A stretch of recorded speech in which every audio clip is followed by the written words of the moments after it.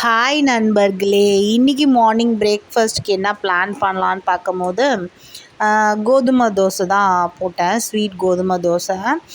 அதுக்கு கோதுமை ஒரு 2 கப் எடுத்துகிட்டு வெல்லம் பாகா காய்ச்சி ஊற்றிட்டேன்.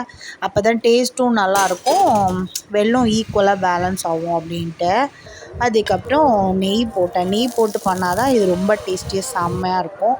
அதோடு கொஞ்சம் ஏலக்காய் உப்பெல்லாம் போட்டு மிக்ஸ் பண்ணிவிட்டு நெய் போட்டு ஃப்ரண்ட் அண்ட் பேக் நான் நல்லா தோசை ஊற்றி எடுத்தாச்சு.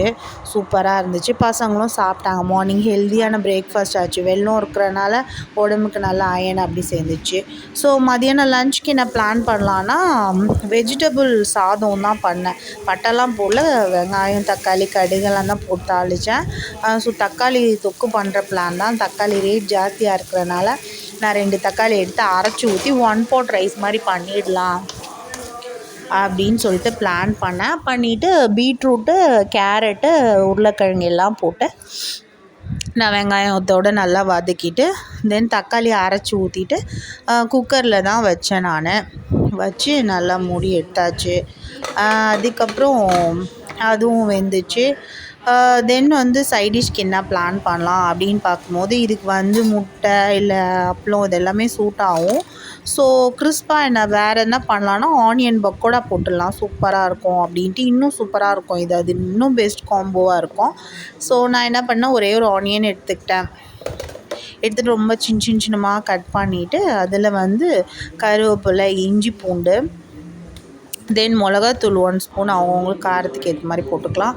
அதோட கடல மாவு, கொஞ்சம் உப்பு எல்லாம் போட்டு அந்த கொஞ்சோண்டு எண்ணெய் ஊற்றி பேசணும். ரொம்ப எண்ணெய் ஊற்றினா அது ஒரு மாதிரி கொலன்னு ஆகிடும். ஸோ அந்த வெங்காயத்தில் இருக்கிற தண்ணியிலே நம்ம பெசறணும். நல்லா பொலன்னு பெசுகிற மாதிரி பேசினா ரொம்ப சூப்பராக கிறிஸ்பியாக டேஸ்டியாக இருக்கும்.